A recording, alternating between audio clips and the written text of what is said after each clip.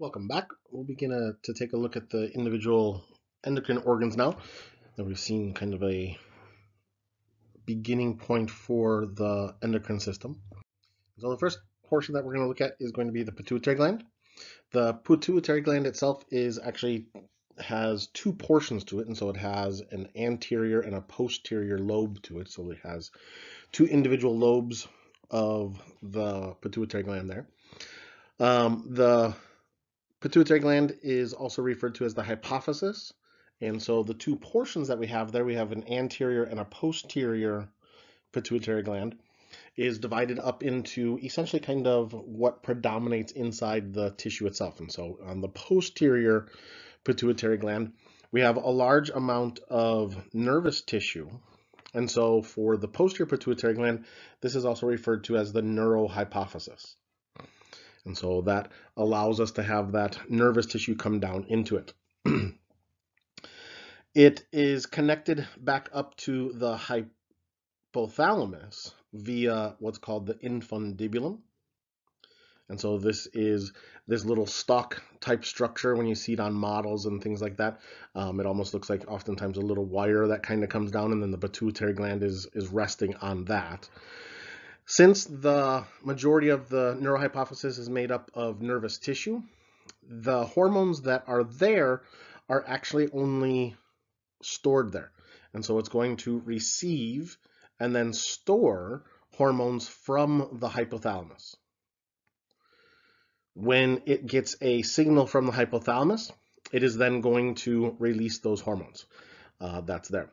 And so because of that infundibulum and because of where it's at, the posterior pituitary gland, the neurohypophysis, actually begins as a portion of the hypothalamus and actually grows down from it. The adenohypophysis is our anterior portion, and adeno tells us that it is glandular.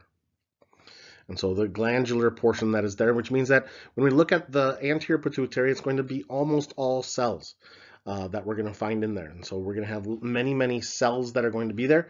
And those cells are going to manufacture and secrete a number of different types of hormones that we'll talk about coming up. Since it is a more of an epithelial type of a tissue, it makes sense in terms of where it came from, in that it grows up from a little pouch in the back of the throat, at the very back of the mouth itself, called the hypophyseal pouch. And so that little pouch where it grows up from, it makes its way up from the back of the mouth. And so the back of the mouth has all epithelial tissue in it. And when we look at that anterior pituitary, we can see all kinds of cells that are inside for those. The posterior pituitary portion has a large number of nervous tissue. It does have some pituocytes inside there. We do have some cells there, but the majority of the tissue is actually all nervous tissue inside there.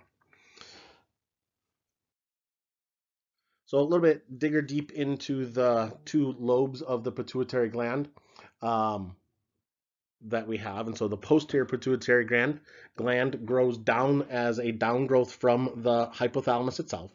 And so it drags with it those nervous tissues as it's growing down.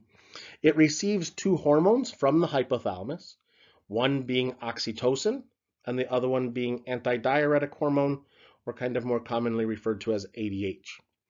And so ADH, antidiuretic hormone, and oxytocin are produced up in the hypothalamus and then sent down for storage into the posterior pituitary gland once it's there. And so the hormones themselves are going to come down to the posterior pituitary gland. We're going to store them there. And then once the hypothalamus, in a sense, dictates, we'll get that release of oxytocin or antidiuretic hormone when needed. So this is an example of a nervous stimulus causing the release of the hormones that we have. And so it's a neural control compared to some other types of controls. The posterior pituitary gland is a bit more complicated in terms of what is going on there. As I mentioned, it does come up from the hypophyseal pouch. And so the back of the throat is growing, and then all of a sudden a little pouch starts to extend upward, and that eventually kind of closes off. And this continues to work its way up towards the pituitary gland that is there. There since it is all epithelial types of tissue and becomes glandular tissue once it finds its final position there, there's no direct neural contact from the hypothalamus. So we don't have any nerves extending down into the anterior pituitary, only in the posterior pituitary. That's there. Because of this, we need to have a way still to communicate from the hypothalamus down to the pituitary gland. And that's going to come via blood vessels. And so we have this hypophyseal portal system. This consists of several areas where we have both capillaries and veins to essentially draw hormones from one area, deliver to them to another area, and then pick up more hormones from another spot and carry them on their way. And so we'll take a look at those on a diagram here to see those particular structures that are there. So our primary plexus is up here, essentially right along the infundibulum. The hypothalamus is right here.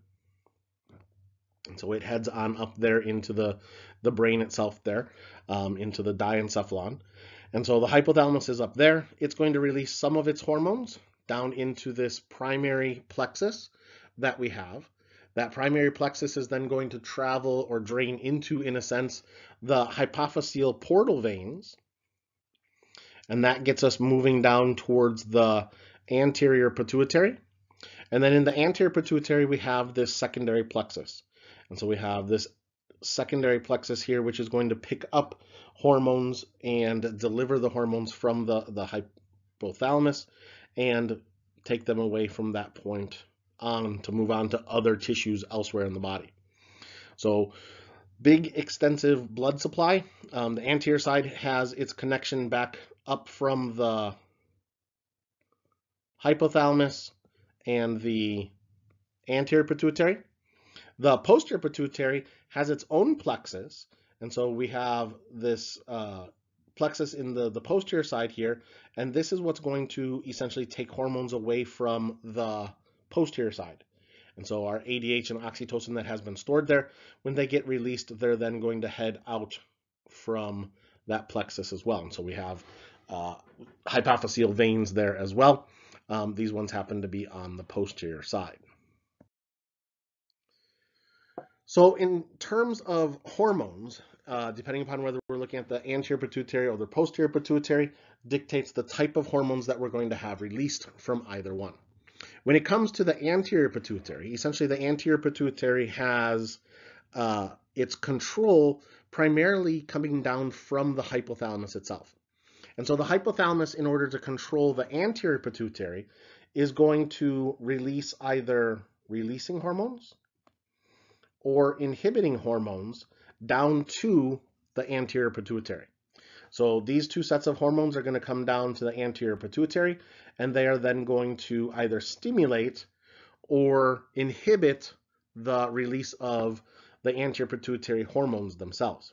So a releasing hormone itself is going to cause the release of a particular hormone. An inhibiting hormone is going to turn that release off.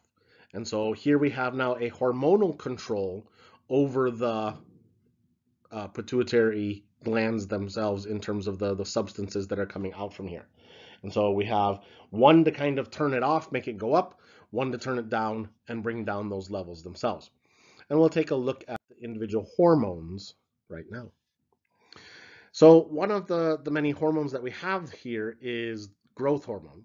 And so growth hormone itself is produced in the anterior pituitary. And as the name implies, this is going to cause growth. And so in terms of the production that is there, its big target is bone and skeletal muscle. And so the cells themselves are going to be stimulated to grow. This is going to be mainly during our early years up until about puberty, where our body is going to be under pretty much direct control of growth hormone. But in the bigger scheme of things, it really stimulates basically most cells in the body. So this is what's going to cause us to grow as we're kind of growing up, in a sense. That's there. The one thing about growth hormone is that growth hormone itself is kind of like an intermediate, so to speak, as it's going to not be the actual substance that causes that growth process, because the growth hormone is going to uh, induce the release or the manufacture of insulin-like growth factors. And so that's what's going to actually cause those cells to undergo the stimulation for the growth of those particular tissues that are there. So it really stimulates like everything in the body. And so we have the skeletal muscle, we have bone. So obviously those two are going to cause their release and cause their growth of each one of those. The growth hormone stimulates the liver in terms of its production of other substances within the body as well. Growth hormone is good for lipolysis, breakdown of fats in the body. It inhibits, if we're growing, we're going to need to have lots of energy around, so it's going to inhibit glucose uptake into the cells. So all around, this causes essentially the energy to be involved and the ability to cause the body to grow in those early years of life. In order to have growth hormone released, we have growth hormone releasing hormone. So the hypothalamus is going to release growth hormone releasing hormone. That's going to go down to the anterior pituitary. And then the anterior pituitary is then going to release growth hormone. And then that growth hormone is going to get us our insulin-like growth factor, which then goes to essentially all cells. And so that's going to be our kind of cascade for growth hormone itself. Growth hormone, when it's working properly, causes normal growth of the body itself. However, if growth hormone is produced beyond puberty, this is where we get something like gigantism. And so here we have two twins. They're both the same age. They're identical twins at that. And so they should essentially be identical in terms of their appearance. But as you can clearly see, the gentleman on the left is essentially almost a head, if not a full head, taller than his brother, than his twin there. And so his pituitary tumor caused too much growth hormone to be continued to be released and released and released. And so it didn't stop growth in his case. So he just kept on growing and growing and growing, versus the other twin who did not have the tumor. His growth was arrested by the eventual release of testosterone. And so that release of the testosterone closed all the growth plates, and growth stopped. If a person were to get a pituitary tumor that is causing the release of growth hormone after they're all done growing, then the bones themselves aren't going to grow. But what is largely affected by growth hormone that we said before is cartilage. And so cartilaginous structures are going to start to grow. And so places like the ear, the nose, where we have large amounts of cartilage in them, are going to grow over time on those. Oftentimes we see the forehead begin to start to elongate as well. Feet grow, hands grow. In the past, things like a person who, especially a gentleman who wears a fitted hat, they're always the same size in terms of their hat size, and then all of a sudden, over time, their hat size starts to get larger and larger and larger, or their gloves, things like that. When we see a growth hormone tumor, because it affects all tissues in the body, not just the bones and the cartilage, we can start to see other things happening as well. And so here's kind of a progression of a tumor that is there. And so you can kind of see where the cartilage of the nose has increased. There's more sugar out in the body all the time. So there's more adipose that's being laid down in the body that's there. And so some weight gain is occurring, things like that. And then removal of the tumor, and you start to get some relaxing of those structures and that growth that was there as well. The real true stark difference is when we look at somebody who has a pituitary tumor, which is typically grows relatively slowly. Most of the time, especially a growth hormone producing pituitary tumor grows relatively slow. And it's going to take time to really kind of see the difference in a person. And so here we can see it's the same gentleman, 10 years apart in terms of the pictures there. And you see that his nose cartilage starts to grow and is growing over the time. His ears are getting larger. His forehead is kind of getting bigger. His head is getting bigger there. And so the changes are quite evident when you see it over time.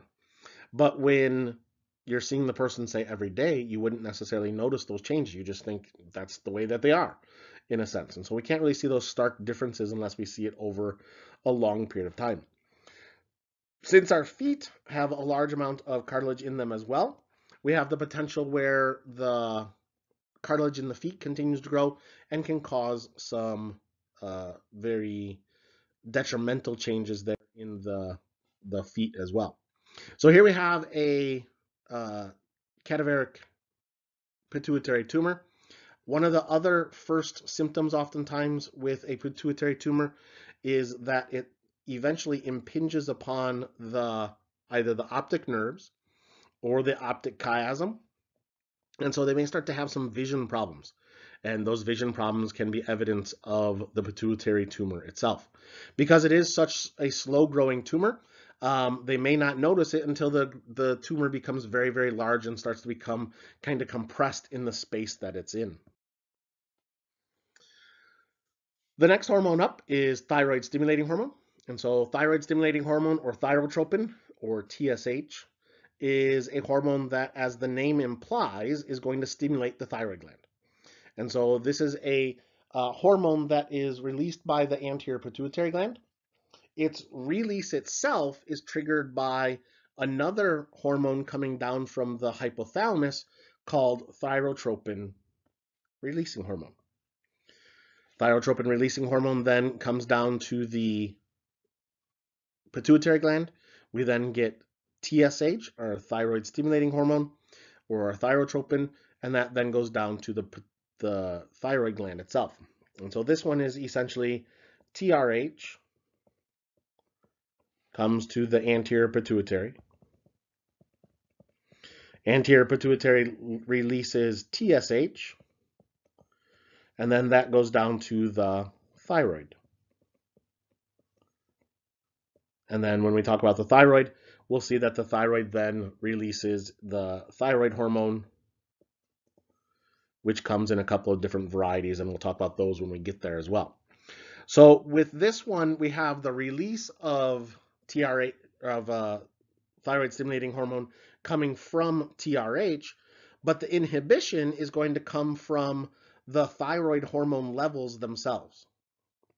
So when thyroid hormone levels go up, that's going to cause a feedback, which causes then an inhibition of the release of our TSH. And so rising levels of the thyroid hormone are going to act upon the hypothalamus to block TRH and to block the release of TSH in the process.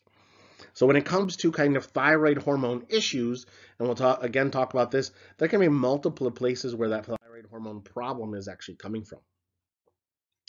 Next up, we have adrenocorticotropic hormone. Adrenocorticotropic hormone is a hormone that's going to go down to the adrenal glands. And so the adrenal glands are way down in the abdomen, sitting on top of the kidneys. And our adrenocorticotropic hormone is going to go down and cause the release of hormones from the adrenal gland as well. This one here is released, or is stimulated for release, by corticotropin releasing hormone. And those levels are going to come out. The adrenocorticotropic hormones are released in kind of a biorhythm. And so their levels are going to go up and down throughout the day. And so we're going to have those levels changing as the day goes along. But we can have other things that trigger the release as well, and cause them to go up, because our adrenal glands deal with stress. And so the hormones that are released from there are what we refer to as stress hormones. So stressors to the body, such as infection that may be causing fever, a period of time where we have hypoglycemia, which may mean that our body is using up too much of the glucose that it has in the body, that's there. And just in general, body stresses, whether this is mental stress or real stress on the body, can all cause a increased release of corticotropin releasing hormone, in addition to or circumventing the daily kind of rhythm that is there as well. Next up, we have gonadotropins. And so gonadotropins are released as well. These come in two varieties. So we have FSH and LH, so follicle stimulating hormone and luteinizing hormone. The two of them are released both in males and females.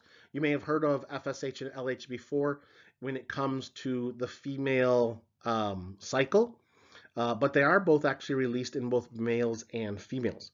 And so this is going to control the production of gametes as well as the production of hormones in the reproductive organs in males and females. And so it's going to stimulate the ovaries as well as the testes. FSH, or follicle stimulating hormone, as the name is implying, stimulates follicles to become matured. Follicles lead to the production of an egg. And so we're going to get an oocyte from FSH, but since we're only really talking in terms of generalities, we're talking about true gametes. In females, we get an egg, and in males, we get sperm production being stimulated by FSH release there. Since this is dealing with reproductive hormones, these are absent before puberty. And so we don't see any of them in terms of their function before puberty sets in. That is there. They are going to be triggered in terms of their release by GnRH, or gonadotropin releasing hormone. And so this is going to start its release at puberty. And so the levels themselves increase at puberty, and we get the release of those first hormones at that time. Luteinizing hormone, to continue on, luteinizing hormone is, rather than stimulating the follicle, this one is stimulating the production of hormones. And so in the female, it kind of has a couple of different processes that it works on in females themselves compared to that in males. In males, basically, it's all about the production of testosterone. But in females, not only does it work in the production of the female sex hormones, estrogen and progesterone, it's also vital in ovulation. And so luteinizing hormone, in terms of its levels, kind of varies throughout the cycle, but it needs to peak in order to get ovulation to occur. So the levels of that luteinizing hormone have to rise just before ovulation occurs. Otherwise, we don't get ovulation. And so it's very important to that of the ovulation of a particular egg itself. FSH, maturing that egg so that it's ready for ovulation. So we're maturing a single oocyte. We're maturing a follicle that makes it ready for that one cell to then be ejected during ovulation itself. In males, FSH is all about sperm production. In males, both luteinizing hormone and FSH are basically going to be pretty steady throughout their lifespan, from puberty all the way till death. They will start to wane in the very later years of a male's life, but not until closer to the very end. Female hormone is going to fluctuate with their normal cycle. Next up, we have prolactin. And prolactin is a hormone that is pretty much only present in females. And more so, it's present in females that are pregnant. Their levels are going to increase and increase over the course of the pregnancy. And they're also going to be there after birth because prolactin is all about the production of milk. And so prolactin stimulates milk production. So in males, this hormone is basically going to be pretty much absent. And in non-breastfeeding or suckling females, the hormone is also going to be relatively absent as well. And so it's going to be triggered via a nervous / hormonal cascade where the hypothalamus becomes stimulated by nervous input, and then that causes the production of prolactin releasing hormone.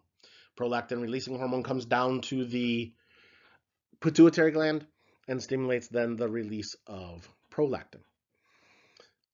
Hypothalamus is going to also produce the prolactin inhibiting hormone at all other times when it's not getting stimulation from the nipples about suckling.